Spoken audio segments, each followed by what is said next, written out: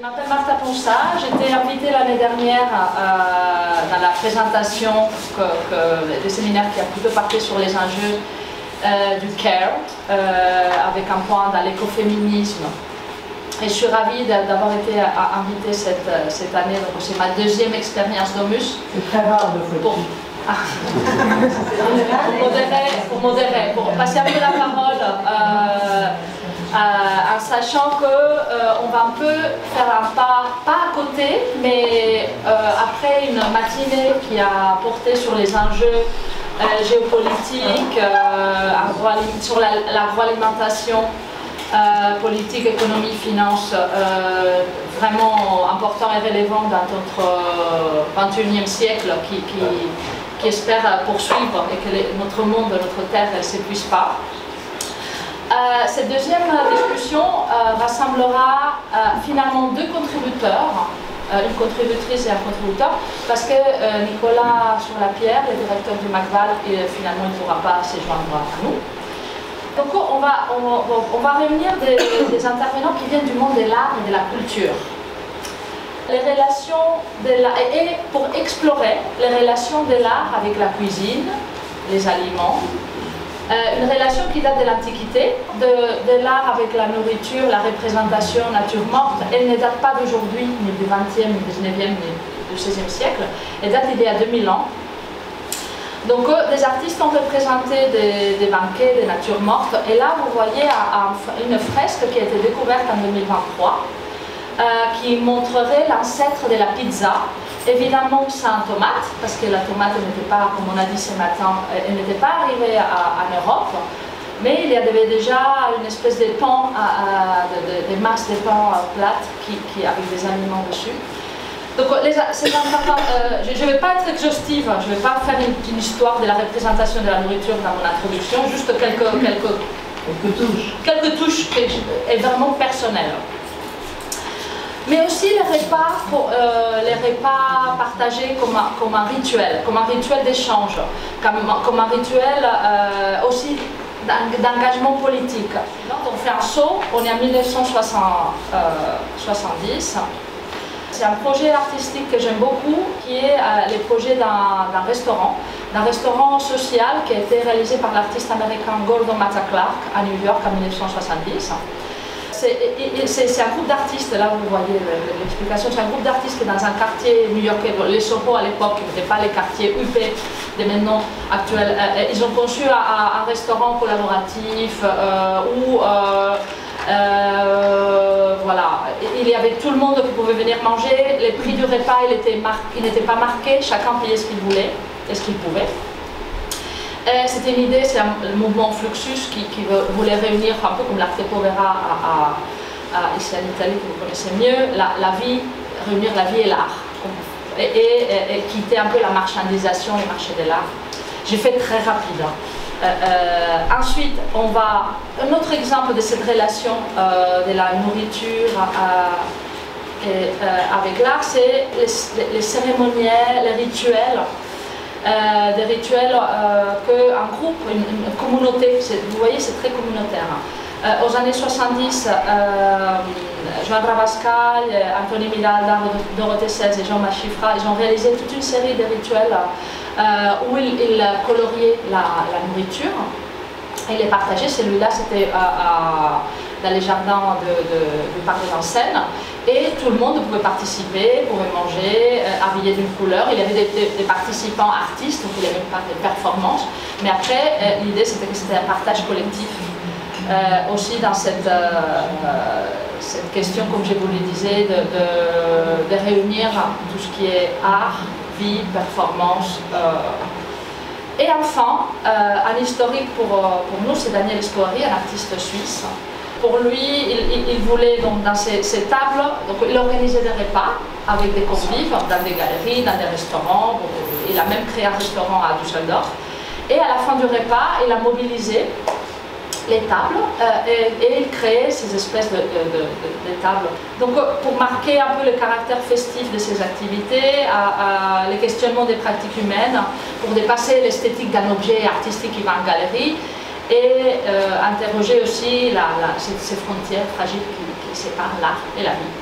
On va commencer avec une intervention d'une historienne de l'art, Frédérique Debuisson, qui est à ma droite, que je remercie beaucoup d'être là. Frédérique, elle est maîtresse de conférences en histoire de l'art à l'Université de Reims.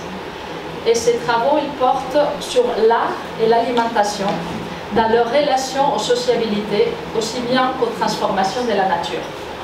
Elle a participé au catalogue des expositions, comme par exemple Champagne, les arts de l'effervescence, qui a eu lieu au Musée des Beaux-Arts de Reims en 2012, Bohème, à Paris 2012 aussi, Arts and Food Rituali dans 1851, Milan. C'est l'exposition universelle. À l'exposition universelle à Milan en 2015, c'est vrai. Et avec Giulia Xergo, elle a coédité L'art de la cuisine, art du cuisinier et cuisine d'artistes du XVIe au XXIe siècle, publié en 2018. Elle prépare actuellement un essai consacré aux illustrations des livres de chef de cuisine Jules Bouffet et au devenir de la cuisine décorative dans l'art et la culture contemporaine. Sa contribution abordera la relation entre la cuisine et la nature dans une perspective historique. Merci. Je te passe la parole. Merci Martha. Merci.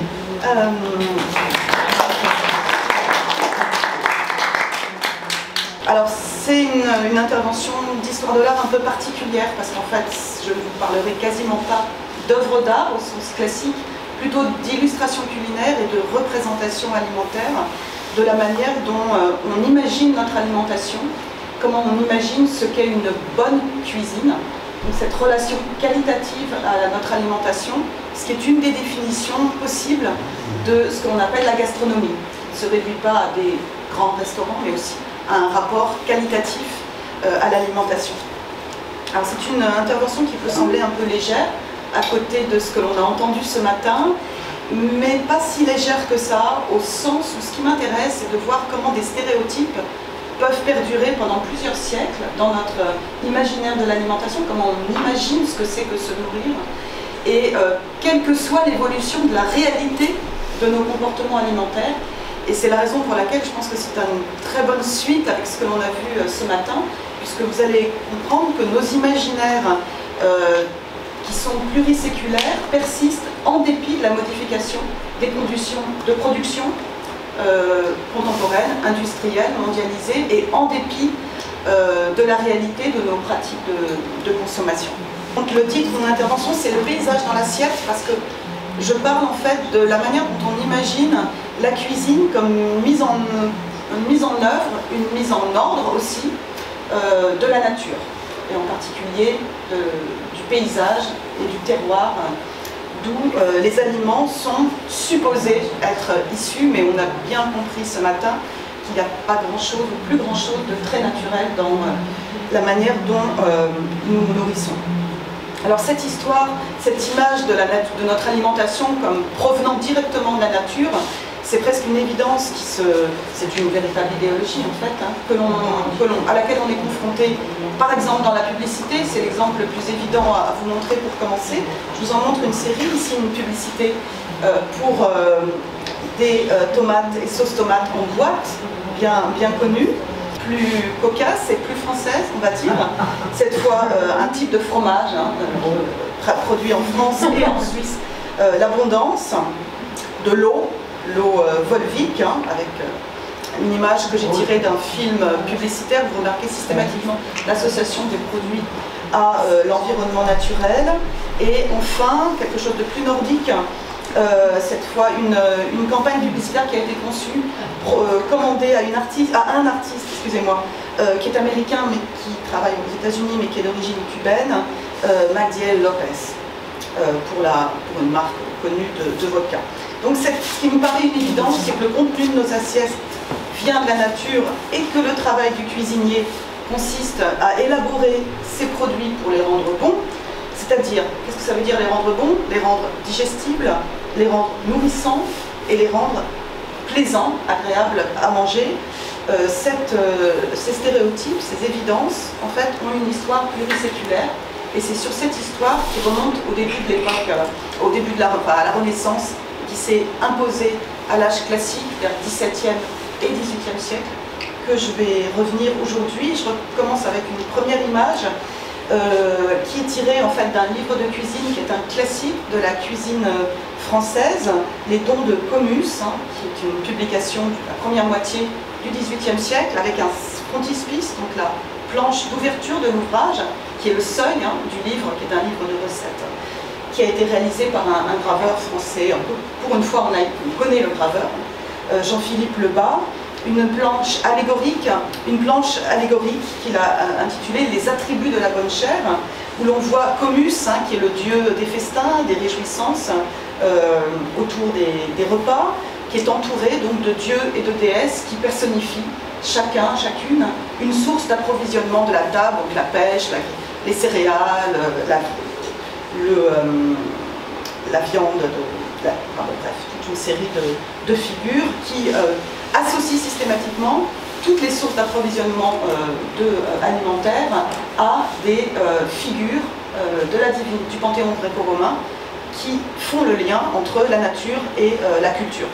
Donc une planche bien sûr très classique avec une iconographie clairement rococo. La suivante, elle est beaucoup plus tardive, elle date du Second Empire. C'est une chromolithographie de 1867 qui prend la forme d'une nature morte sur le modèle des natures mortes de la fin du XVIIe et du XVIIIe siècle, qui associe, c'est intéressant pour l'ouverture de ce livre de cuisine, du Second Empire, qui est une période d'industrialisation déjà de l'alimentation en France, notamment autour de l'élevage, une planche qui finalement ouvre à la pratique culinaire à partir de gibier, donc vraiment des animaux qui sont le produit de la chasse, et de pêche qui sont organisés, j'y reviendrai un peu plus loin sur cette planche, qui sont organisés selon un ordre hiérarchique, ce qui est typique de la nature morte classique, ordre hiérarchique qui est fondé sur la taille des animaux et le prestige des animaux. Plus les animaux sont prestigieux, plus ils sont au sommet de la pyramide sur la base de laquelle est construite la composition. Alors cette histoire qui fait le lien entre les produits naturels, soi-disant naturels, et la culture culinaire, elle déborde du seul cadre des images des livres de cuisine. On les trouve depuis la Renaissance et jusqu'à l'époque contemporaine, y compris dans les beaux-arts, avec des ramifications culturelles un peu plus complexes. Par exemple, ici, une peinture de la Troisième République, donc la fin du XIXe siècle, qui est à la fois une sorte de scène de genre, de scène champêtre, mais aussi un portrait. C'est le portrait d'une fermière qui a posé pour le peintre Alfred Roll, qui était un peintre relativement académique de la période, qui associe donc cette jeune paysanne de 20 ans, je ne sais pas si la construction vous frappe, mais qu'il avait rencontrée, qu'il connaissait personnellement, qu'il avait rencontrée en Normandie, justement, près de Dieppe, puisqu'il la représente faisant corps à la fois avec son environnement rural, mais aussi avec l'animal dont elle a extrait le lait. Et ce qui est assez frappant, c'est cette focalisation entre le corps de l'animal, le buste en particulier, les seins de la fermière et la blancheur de son corsage et du lait. On voit clairement que finalement elle est le prolongement de la terre, de même que la vache est le prolongement de la terre et le lait est le prolongement de ce cycle naturel qui associe la paysanne à la nature, la femme du peuple à la nature. L'autre, qui est une affiche en fait, qui est une affiche promotionnelle pour soutenir la consommation de vin en France, qui était une commande du ministère de l'Agriculture. Ministère de l'Agriculture au célèbre affichiste et illustrateur Leonetto Capiello, avec ce sous-titre « Buvez du vin et vivez heureux ». Ah oui, j'ai essayé de mettre un maximum d'italien dans le PowerPoint. Et ce qui moi m'a intéressé en termes d'imaginaire, c'est que la promotion des variétés de cépages, donc des variétés de raisins cultivés en France, repose sur une identification des cépages aux différentes régions de France, avec une variation donc, autour de l'imaginaire de la cartographie et des couleurs. C'est la carte de France. Et cette idée, donc, chaque variété de raisin, de sorte, de cultivar, de vigne est associée à un sol, à un terroir, va de pair avec un autre élément très idéologique en France, je ne sais pas si en Italie on possède cette même formule qui est le vin et le sang de la terre. Et cette image du vin... abbiamo il sangue di Cristo. Sì? No. Alors, le sang de la terre, le sang de la terre a une dimension beaucoup plus, on va dire, pas du tout christique, mais plutôt liée à la génération, à la reproduction, d'où l'importance de la figure du couple, qui est un couple hétérosexuel, et pour cause, puisque ça repose sur un imaginaire de la reproduction, de la génération, à travers la figure du vin comme sang. Quelque chose qui va se transmettre de génération, qui va se développer dans l'histoire au fil du temps et qui va parcourir des lignées. Donc tout ce lien entre la nature, la famille, la production, la reproduction aussi. Et assez caractéristique de la Troisième République, hein, et continue encore aujourd'hui sous certains aspects. Donc cette histoire et sa continuité, c'est ce qui m'intéresse plus spécialement aujourd'hui, ce lien, en dépit de toutes les évolutions économiques de production agroalimentaire et de consommation, sachant par exemple que le livre de cuisine, j'y reviendrai, de 1867, l'illustration est produite à un moment donné où se développe le commerce de viande de détail dans toutes les villes, avec une spécialisation qui fait qu'on ne va pas... La viande n'est pas issue de la chasse ou de la pêche, pas du tout, elle est issue d'un commerce qui est déjà très structuré, qui commence à se structurer en filière pendant cette période, qui correspond au gouvernement de Napoléon III, qui date de l'industrialisation qui commence de manière importante en France. Alors je reviens un peu en arrière et à une étape qui est bien connue des historiens de la cuisine en Europe et en France en particulier, qui est une période où apparaît dans beaucoup de textes de gastronomie qui sont publiés en introduction ou en préface des livres de cuisine classique, l'idée qu'il y aurait une nouvelle cuisine qui se développerait. Donc l'appel à une nouvelle cuisine et l'expression nouvelle cuisine apparaît à ce moment-là. Elle sera reprise à nouveau frais au XXe siècle avec la postérité qu'on lui connaît, mais cette formule a déjà une première histoire, une sorte d'archéologie. Alors cette nouvelle cuisine, c'est un nouveau goût culinaire, une nouvelle manière de concevoir la cuisine des élites, bien sûr, puisqu'on parle de cuisine imprimée et de cuisine qui est diffusée parmi les classes supérieures, bien sûr, de la société, en France, mais aussi en Europe, parce que les chefs français ayant un très grand prestige, ils avaient la réputation d'être très bons, techniquement bons, très spécialisés et à la pointe, on va dire, de la nouveauté, si bien qu'ils étaient recrutés dans tout le monde occidental, y compris jusqu'en Russie, en Angleterre, et pas seulement en France, au XVIIe et au XVIIIe siècle. Il y a un essaimage de la cuisine française dans le monde occidental parmi les élites, qui avaient les moyens de se payer leur travail. Alors le premier exemple que je vous montrerai, c'est encore un frontispice dont on connaît le graveur, François Chauveau, qui est plutôt connu pour ses illustrations des Fables de La Fontaine. Ça vous dit peut-être quelque chose. C'est le frontispice d'un livre qui s'intitule Les délices de la campagne, dont la première édition paraît en 1654. Et c'est dans ce livre, ce second livre de Nicolas de Bonnefond, qu'apparaît un développement assez intéressant sur l'importance de privilégier le goût naturel des ingrédients. En 1654, moi je tirais le frontispice d'une réédition, c'était plus accessible, mais la première édition de ce livre date de 1654. Bonnefond explique donc dans cet ouvrage, dont le sous-titre est « Où est enseigné à préparer pour l'usage de la vie tout ce qui croît sur terre ». Donc c'est la cuisine des produits de la nature, y compris fromage et laitage. Il n'y a rien qui plaise plus à l'homme que la diversité, et surtout le français y a une inclination toute particulière. C'est pourquoi essayez-vous le plus que vous pourrez à faire diversifier et distinguer par le goût et par la forme ce que vous ferez apprêter. Qu'un potage de santé soit un bon potage de bourgeois bien nourri de bonne viande bien choisie et réduit à peu de bouillon, sans hachis, champignons, épiceries ni autres ingrédients, mais qu'il soit simple, puisqu'il porte le nom de santé. Que celui au chou sente entièrement le chou, au poireau, le poireau, au navet, le navet, et ainsi des autres, laissant les compositions pour les bisques, hachis, panades et autres déguisements dont on doit plutôt goûter que de s'en remplir. Et vous verrez que vos maîtres s'en porteront mieux, auront toujours bon appétit, et que vous et ces cuisiniers en recevrez de la louange. Il s'adresse au maître d'hôtel qui organise le repas. Ce que je dis des potages, j'entends qu'ils soient communs et servent de loi pour tout ce qui se mange, car je serais trop prolixe s'il fallait particulariser sur chaque mets. Alors, je vais revenir sur le sens de que ça ait le goût que le chou, le goût du chou. Je vais y revenir plus loin.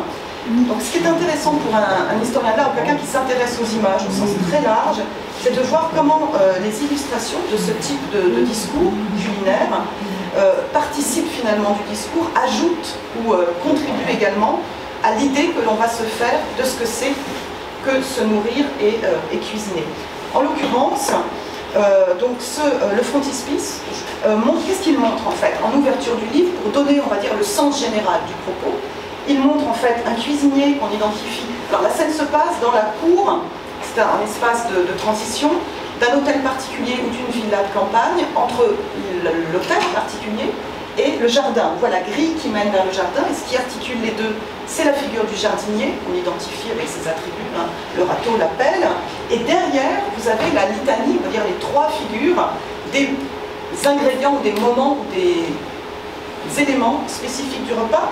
Donc le cuisinier proprement dit, qui n'est qu'un domestique, hein, le véritable ordonnateur, la personne, on va dire, importante, le chef de cuisine, c'est le maître d'hôtel, c'est l'officier de couche. Hein. Donc le cuisinier avec un plat de volaille rôtie, vous avez le pâtissier avec une tourte, celui qui prépare tout ce qui est à base de pâtes, pas seulement, j'y reviendrai, et vous avez les chansons avec les bouteilles. Donc vous avez ces trois éléments structurants du repas qui sont dans cet espace de transition entre finalement la nature et la culture, entre le jardin ou le champ, on va dire, et l'habitation proprement dite, hein, donc cette zone de médiation. Alors Bonnefond, c'est intéressant, il n'était pas du tout maître d'hôtel. Certains auteurs de livres de cuisine de la période le sont. Lui, il était en fait valet de chambre ordinaire de Louis XIV. Alors valet de chambre, il ne faut pas se tromper, c'est un titre qui est extrêmement prestigieux parce qu'il est en rapport immédiat avec la personne royale. Et il est une personne en qui on peut avoir confiance parce qu'il touche à l'alimentation du roi, il sert les repas. Il est aussi, la charge de valet de chambre était, alors selon les périodes du règne, selon les règnes, anoblissante ou pas, c'était une charge qui, comme toujours pendant la période, s'achetait et se transmettait de père en fils. Donc c'est une figure importante, valet de chambre. Il était aussi doublé d'un agronome en fait. Comment on sait qu'il était agronome? Parce qu'en fait son précédent livre, en 1651, était un livre qui s'intitulait Le jardinier François et qui était en fait un livre d'agronomie qui expliquait comment cultiver le jardin, comment faire pousser avec beaucoup de planches explicatives, quelque chose de très technique. Donc on sait que c'est quelqu'un qui avait cette double statut, on va dire, à la fois d'officier proche du roi et d'agronome. Donc ce qui se permet de comprendre qu'il était capable aussi de maîtriser les usages de la cour et les usages de la table et les choses les plus modernes, les plus novatrices au moment où il écrivait. Et c'est pendant ce même règne de Louis XIV que a été organisé dans les dépendances du château de Versailles le premier potager conçu pour Louis XIV pour nourrir le roi et les nobles séjournant à Versailles sous la conduite de la Quintigny, juste à côté de l'orangerie, pas très loin de l'orangerie de Versailles. Et je vous montre ici le frontispice de l'instruction pour les jardins fruitiers et potagers qui est paru peu après la mort de la Quintigny, qui marque, on va dire, un intérêt pour la production des fruits, des légumes à proximité immédiate pour le transfert direct de la terre jusqu'à l'assiette.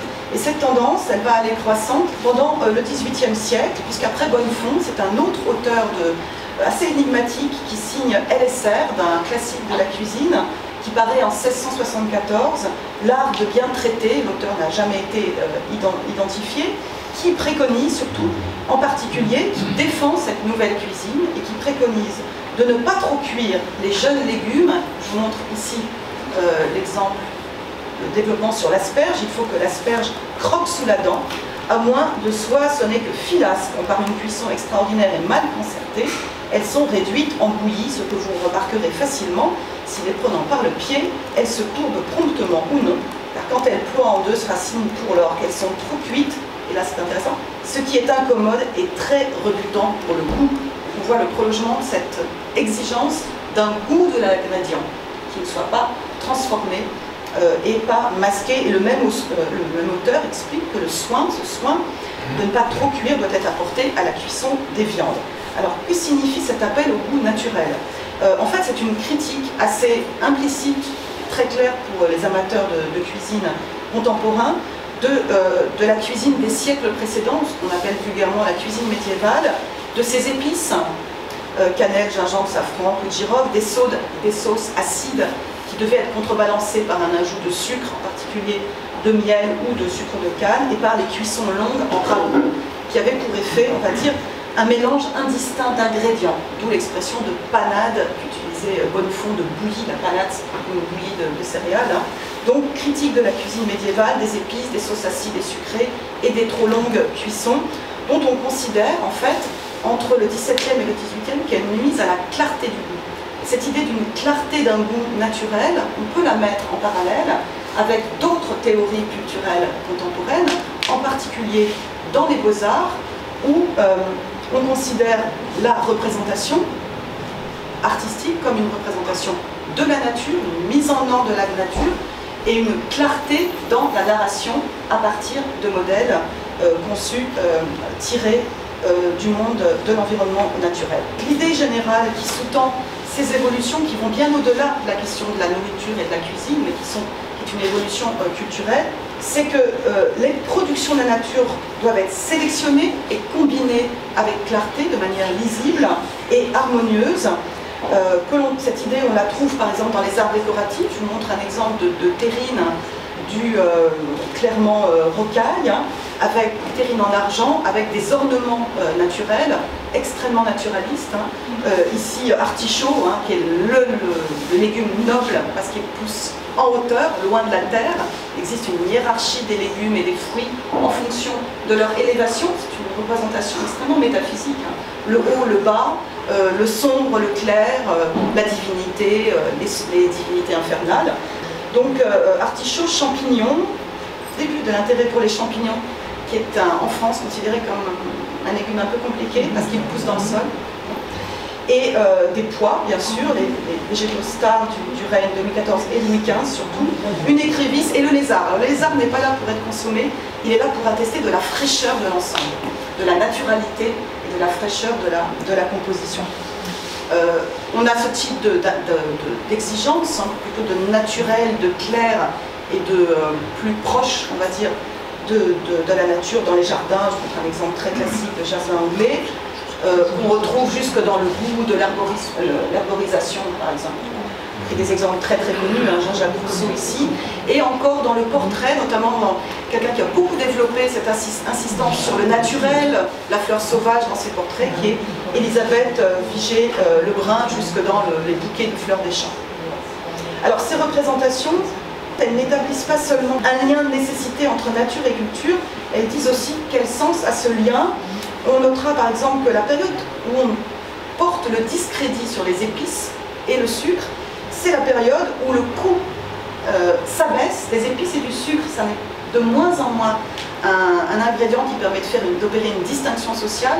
Les épices commencent à arriver de manière plus importante, donc on considère que c'est vulgaire, que c'est du passé, et on s'intéresse à ce qui en fait suppose une maîtrise de la nature, une possession du fonctionnement de la nature et des cultures avec le goût du primeur. Parce que pour pouvoir manger des légumes qui sont extrêmement frais, il faut avoir son propre potager, avoir des terres, avoir du personnel qui fait pousser, qui récolte pour les amener directement dans votre assiette en quelques jours.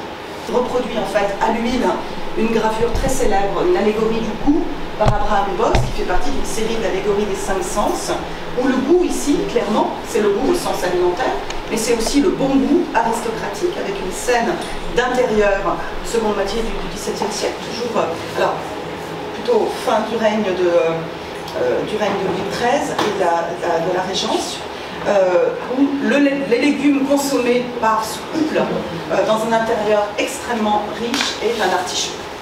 Lié également aux bonnes mœurs et à la, comment dire, la douceur des mœurs, et notamment des mœurs et des relations entre hommes et femmes qui ne peuvent pas être brutales mais être extrêmement policées. D'où le côté double.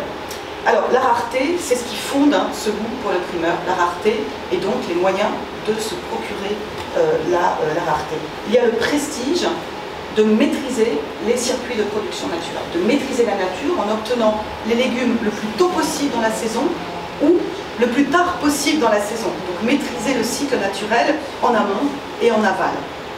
Quand, on va dire, la commun du mortel doit se contenter de la période de pleine production pour pouvoir y avoir éventuellement accès.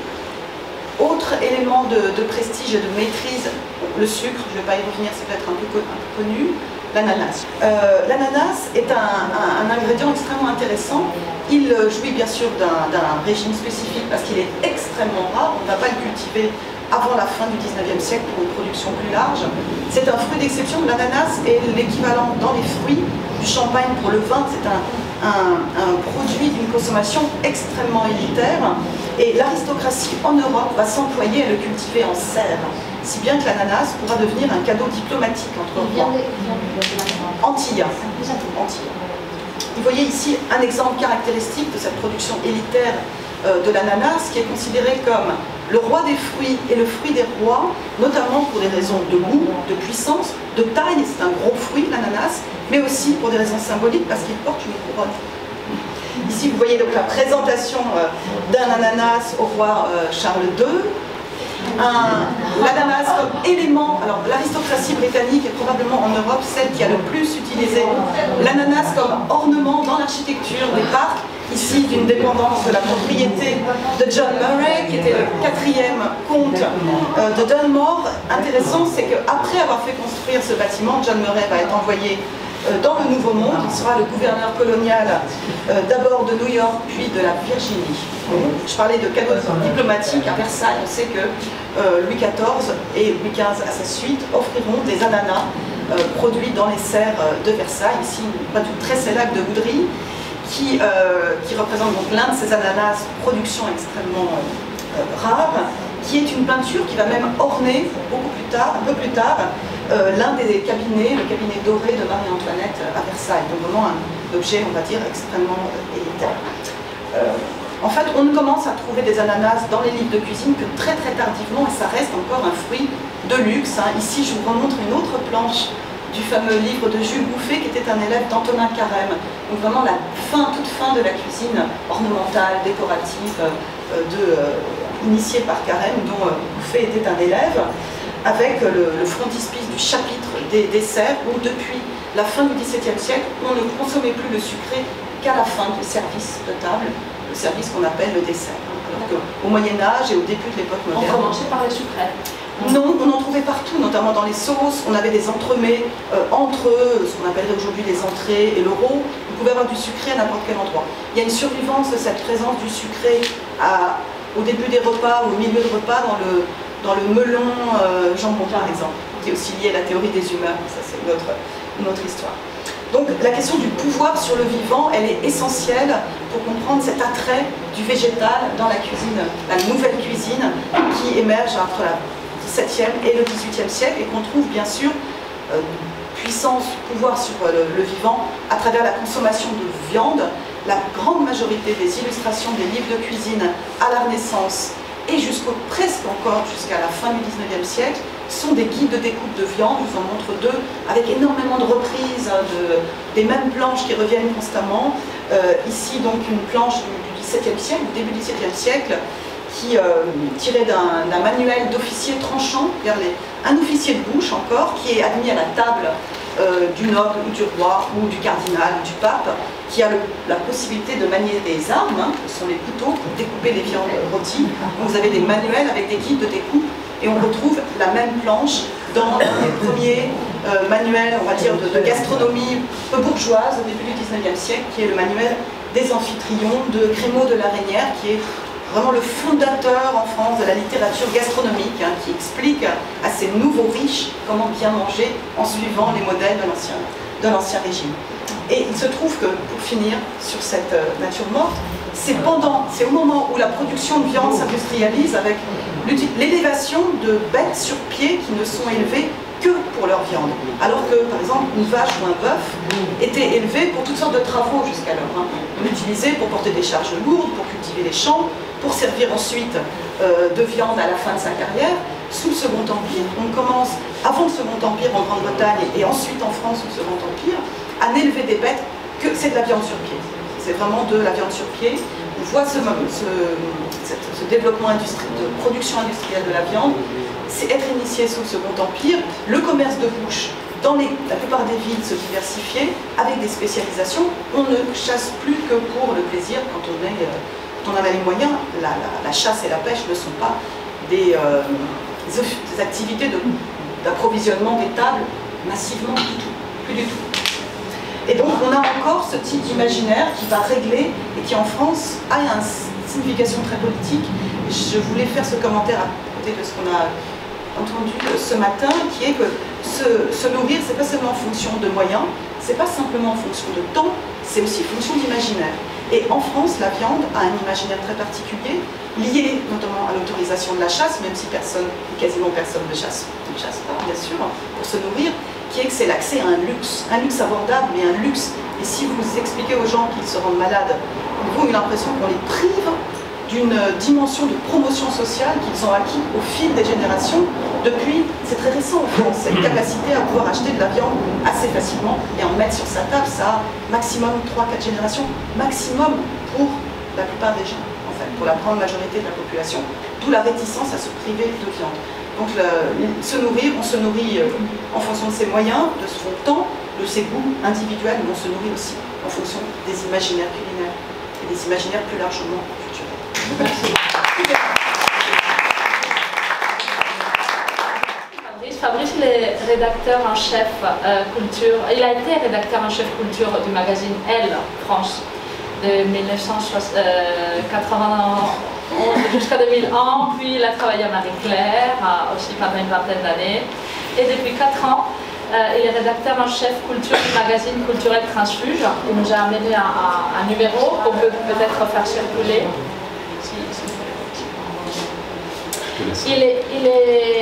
Il est journaliste, mais il est aussi écrivain. Il a publié 2 romans, L'eau noire aux éditions Stock en 2012 et le dernier, La vie la plus douce aux éditions Grasset en 2022, qui a été finaliste du prix Interallié. Tu as aussi publié une série de 4 biographies. Tu t'intéresses aux astres noirs du rock and roll, du rock. Égérie 60s, Aspen Terminus, Vie et mort de Vance Taylor et Bobby Beausoleil et d'autres anges cruels. Tu as aussi publié 2 livres de voyage, Éthiopie Itinérance et Gandhi Express, ainsi que les dictionnaires de littérature à l'usage des snobs, qui a été publié en français par Les mots et le reste en 2014 et qui a aussi eu une traduction en italien. Je ne sais pas quelle est la maison d'édition qui l'a traduit en italien. Mondadori. Et enfin, 2 biographies d'artistes, Patrick Proctor, Les secrets de David Hockney, donc l'histoire vraie du meilleur ami de David Hockney, un peintre d'un très grand talent mais que l'histoire de l'art a oublié. Et tout récemment, Jean Hélion, Les francs-tireurs, qui correspond à une exposition de cet auteur au musée d'art moderne de la ville de Paris, n'est-ce pas? Et dans ton intervention, tu vas partager un petit peu certains dialogues, conversations que tu as eues avec des artistes, oui, je peux. Et dont le fil rouge ou un fil récurrent ou un thème récurrent était la nourriture, la représentation des aliments, exactement, les banquets, les repas. C'est un peu une improvisation pour souvenir. Je voudrais d'abord rendre hommage à la malheureuse tomate parce que j'ai constaté que dans l'histoire de l'art, elle n'est pas si présente. Il y a une représentation au Palazzo Vecchio où il y a des tomates qui sont représentées dans la salle d'audience. Ensuite, évidemment, j'imagine Arcimboldo, mais ce n'est pas un fruit, parce que c'est un fruit allergique, qui est tellement représenté. Elle a été représentée, évidemment, moi je dirais, après par Warhol, qui a surtout connu tout ça, pour les soupes Campbell à la tomate et et une bouteille de ketchup, naturellement. Mais c'est pas la malheureuse tomate, elle n'est pas tellement prisée par les artistes qui préfèrent depuis toujours les pommes, les citrons bien sûr, je fais partie de ça. Et les pommes, je pourrais en parler par rapport à David Hockney que j'ai été voir en Normandie et qui notamment a été choisi de terminer, passer une grande partie de la fin de sa vie en Normandie pour les pommiers. C'est quelque chose qu'il n'a pas retrouvé en Angleterre ni évidemment en Amérique, cette variété de pommiers, la lumière, etc.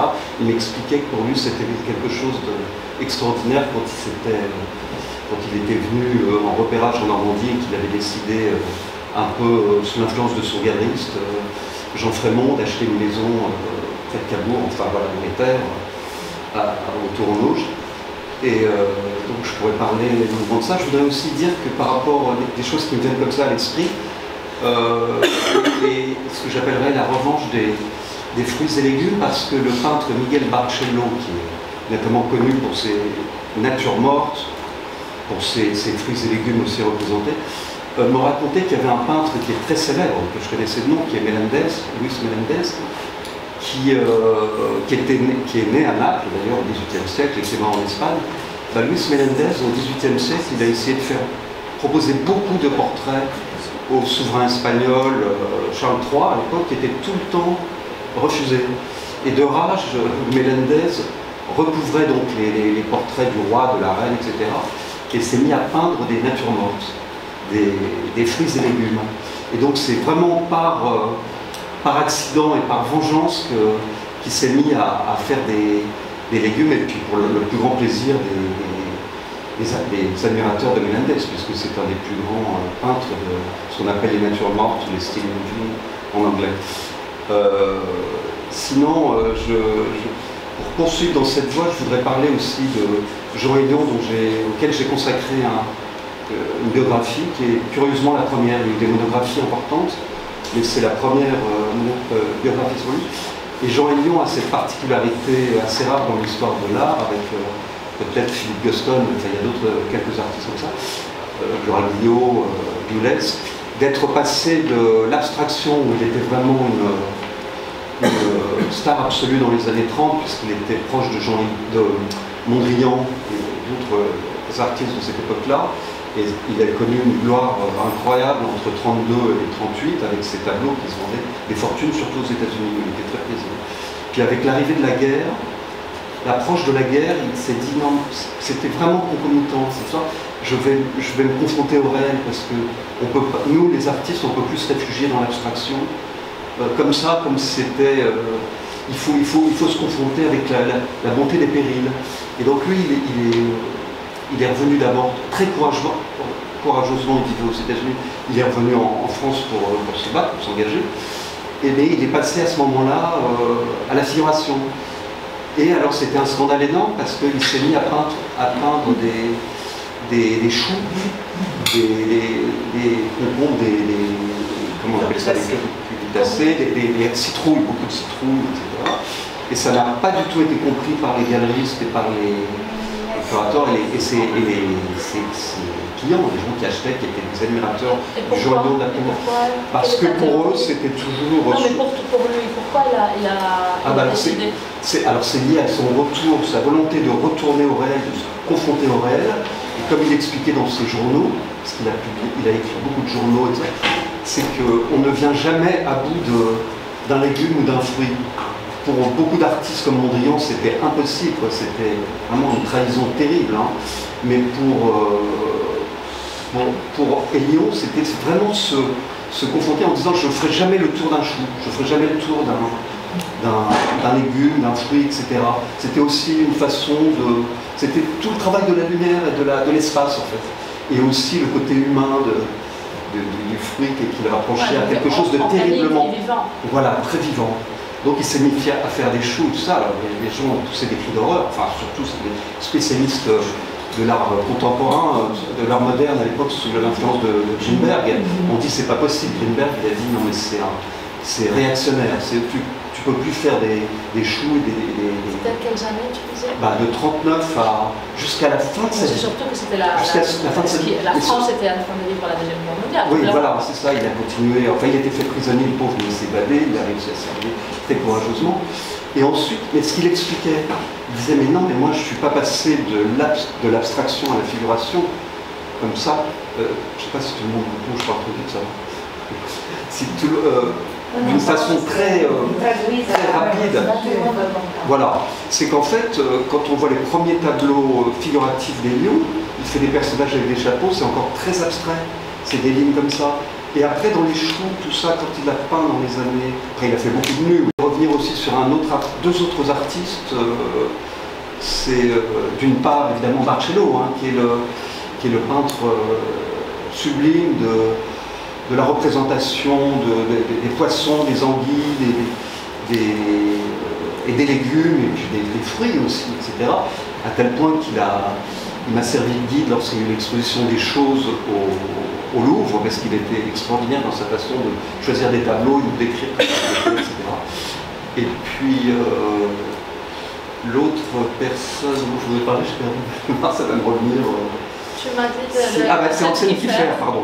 J'ai passé une journée chez Anselm Kiefer, et Anselm Kiefer, il avait des tableaux dans son atelier qui est à 40 km de Paris, mais monumentaux, il fait du monumental par un moment qui est presque pour moi, presque oppressant. Je trouve que même s'il travaille beaucoup sur Paul Celan, sur la Shoah, etc., mais il y a un côté germanique, moi, qui m'oppressait un petit peu avec ces tableaux, j'ai dit mon frère, c'est ça.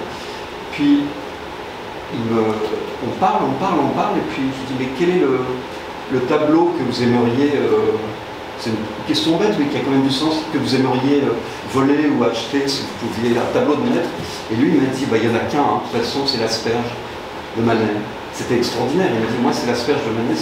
Je lui ai dit, mais pourquoi? Il m'a dit, il y a tout, il y a l'humanité, il y a la couleur, il y a le graphisme et tout, ce petit tableau, Fabrice allait le voir à Orsay, je lui ai dit, je le connais, le tableau. Et du coup, j'ai été le revoir, il m'a dit, mais c'est pour moi le tableau ultime, donc c'était assez intéressant. Et puis Hockney, donc lui, c'est pareil, lui, ce sont les pommes, il m'a parlé pendant des heures des pommes, de la couleur, la différence, et puis les pommiers, etc. C'était très puissant. Et oui, il y a un dernier point sur lequel je voudrais parler, puisque c'est un peu une conversation libre comme ça que j'avais imaginé. C'est très important, ça n'a jamais été tellement souligné par les critiques ou les écrivains, c'est le rapport de ces artistes avec la nourriture. C'est-à-dire qu'à chaque fois, enfin pas à chaque fois, mais parfois j'ai été invité, ça a dû arriver à Julie et à Raphaël évidemment, plein de fois, mais j'étais invité à déjeuner ou à dîner chez ces artistes. Et ils ont un rapport, mais que je n'ai pas du tout, mais compulsif à la nourriture qui est à la fois charnel et qui est pictural. Je me souviens d'un déjeuner chez Marcello, mais c'était extraordinaire. Tout venait d'Espagne, c'était des plats fabuleux, préparés. Ils ont tous des cuisiniers en plus, ou des cuisinières. Anselm Kiefer, c'est pareil, il y a une cuisinière qui prépare une grande table et il y avait des mets, ça a duré 2 heures. Donc c'est le rapport aussi de l'art que je voulais souligner aujourd'hui, puisqu'on est sur la tomate, au plaisir pour ces artistes d'être dans la chair et dans le... Mais c'est aussi un moment de partage et de discussion. Oui, exactement. J'imagine qu'il y a des artistes qui s'en foutent totalement.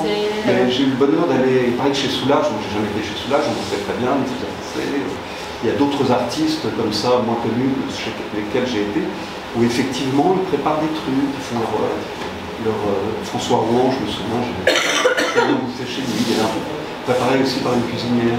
C'est le rapport... c'est intéressant parce que Kiefer, il regardait aussi les plats, je ne sais plus ce que vous avez fait, mais il regardait, il touchait, il regardait la couleur, la consistance et tout. C'est un rapport qui n'est peut-être pas assez souligné, que je trouve intéressant. C'est la matière qu'il a intérêt à chercher dans son travail artistique. Ouais. Je ne sais pas si vous avez des questions. tu veux commenter. Non. Moi j'ai un commentaire sur la tomate en fait. Tu mentionnais Melendez, les représentations, premières représentations picturales de tomates, ce sont dans des palais royaux. En fait. D'accord. Parce que c'est les conquêtes du Nouveau Monde, c'est Versailles, à Madrid aussi. Donc c'est assez caractéristique, c'est ce produit qui qui est un signe, un emblème des nouvelles conquêtes territoriales. Oui, peut-être Cotane aussi en Espagne, Cotane. Mais enfin, qui représente plutôt les poivrons. Oui, Cotane, je ne me souviens pas de Mais tomate la Cotane, mais c'est Murillo, la cuisine des Andes, bien sûr. il y a une petite tomate. Mais il y en a peu. Hein. Il y en a très peu parce qu'en fait, c'est pas un produit de consommation courante. Sous le règne de la tomate, ces 3 belles jours, là, je voulais souligner. Un petit peu, au 19e, un petit peu. Oui. C'est tardif. Mais avec l'arrivée de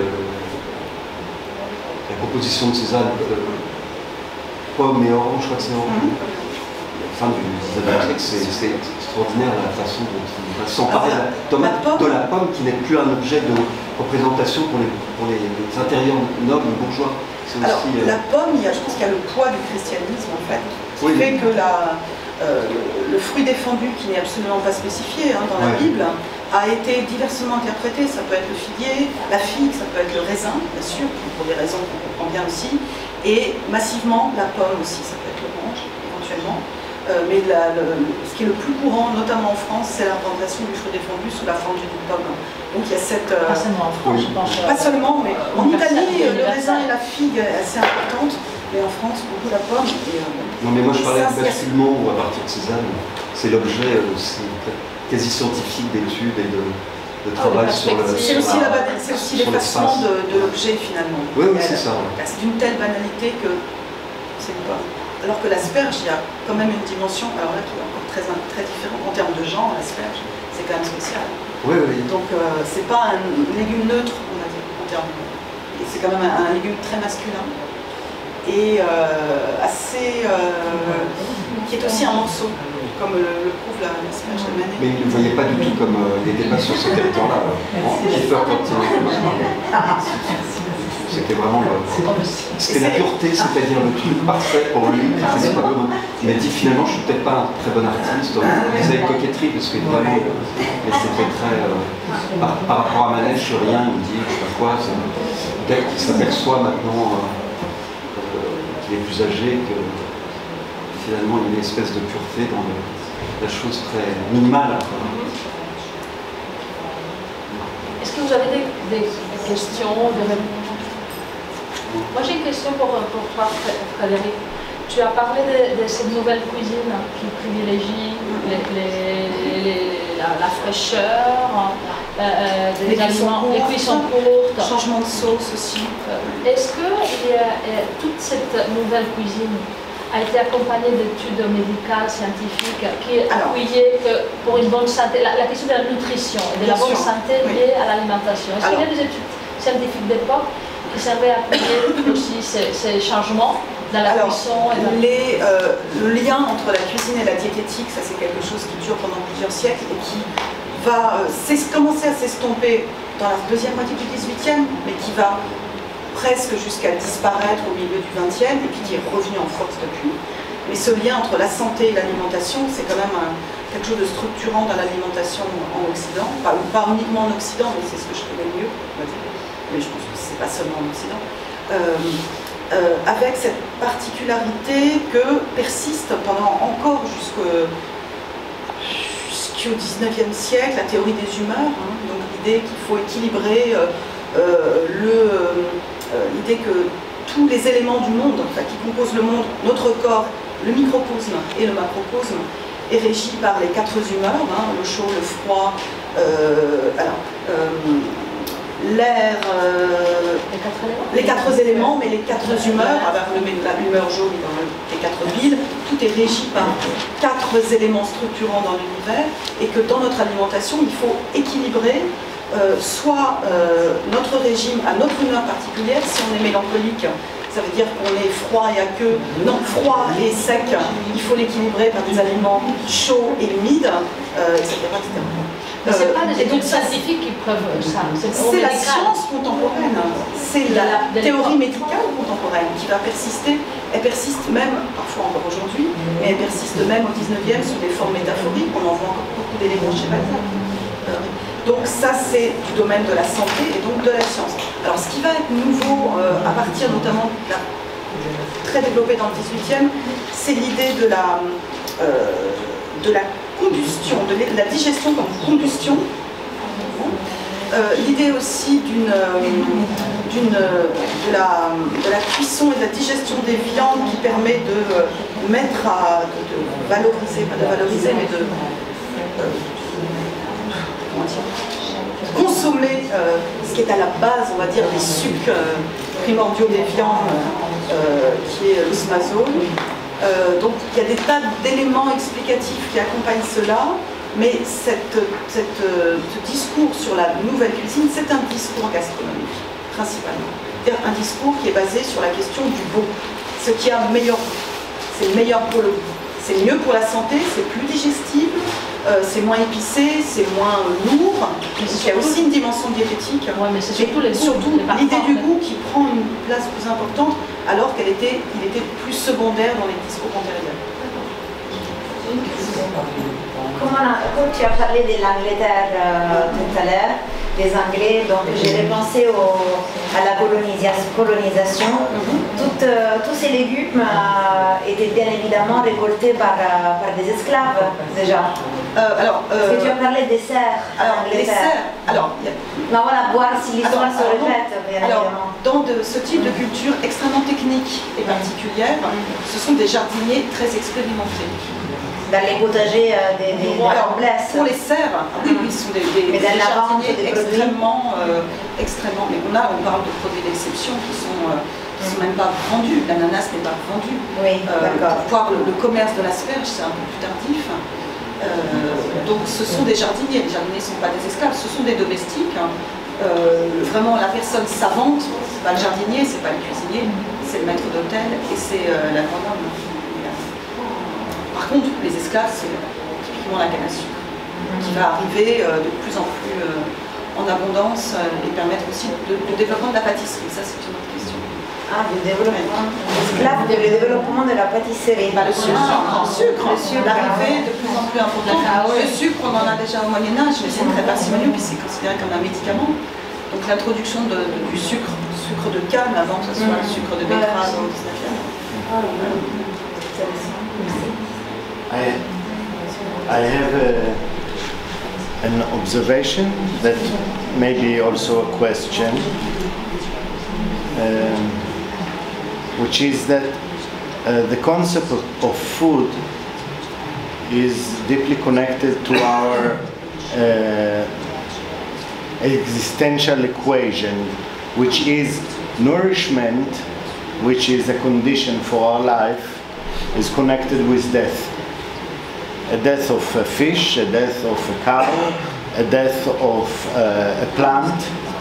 And while in the art that presented from Renaissance period onwards, we speak about the domination of nature, in which the nature is in our service, the art and ritual in a popular culture is connected very much with gratitude. Hunters in Taidung, when they go to the mountains, they ask forgiveness for the mountain before taking the life. In Jewish culture, before eating, you bless the food in order to free its godly sparks.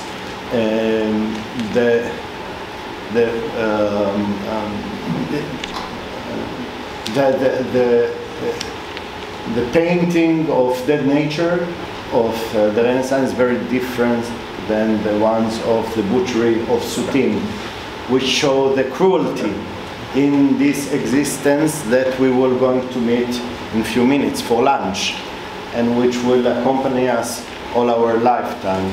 I wanted to ask you, and when we speak about the abstraction of molecular cuisine, it's a little bit like post-humanism. It's the distancing from the source, no? And in the mystery, in the mysteries, the hidden rituals of Rome, the god Mitra was connected the ritual with food, with the bread and with the wine, for example. Remo Bianco is an Italian artist. He made a bread ceremony in the 60s.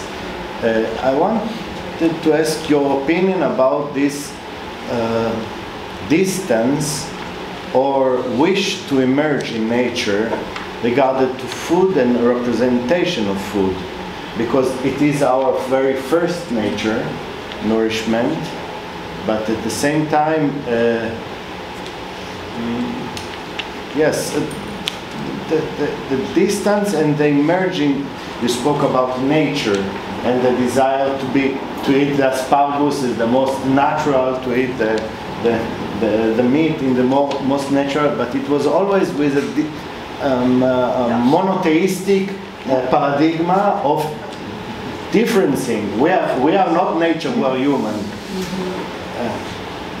It's because nature is not understood as a whole, but as something very hierarchical, with the high and the low nature. And it's the same comprehension of the humanity. There is high people and low people. There is no equality, neither between men and women, and neither between different parts of the natures. There are more important animals than others. The king has to kill the superior animal, not the low animal, when he's hunting, for example. There is what's said, la chaîne du vivant, the chain of the living things. There is a chain of the living things, but there is also a progression from low to high, from bad to better, or good, or excellent. And the man is, there is what you said was very important, because there is a distance always in the classical thought. The idea of distancing is really important. You have to represent the nature, whether you're painting or you're cooking. You have to represent the nature. It's not the nature for itself.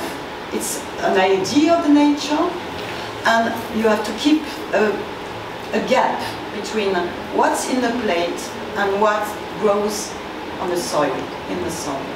And the distance is the art, or the thought, or the humanity. The culture is a distance. It's a paradox, of course.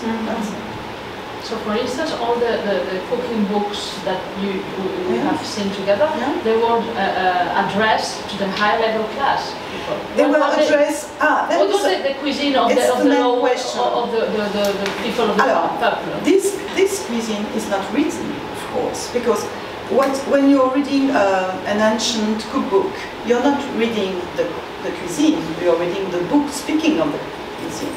So it's not the same thing that the real cuisine and the printed cuisine, of course. It's also a representation, of course. It's a guide, of course, it's recipes, but it's also a kind of representation of what has to be cuisine. It doesn't mean that the people were, even the rich people, the noble people, were only eating what was written in the book, of course. It was a guide, it was a norm, of course. But the poor people, they don't have access to books.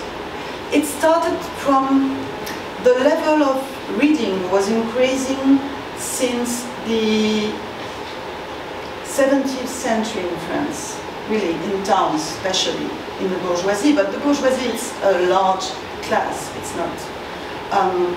But the cuisine in the cookbook is mostly the high classes cuisine, of course. Even in the 18th century, there are the first cuisine bourgeoise books, of course. But what was the question? Thank you very much. Merci beaucoup. Grazie tante.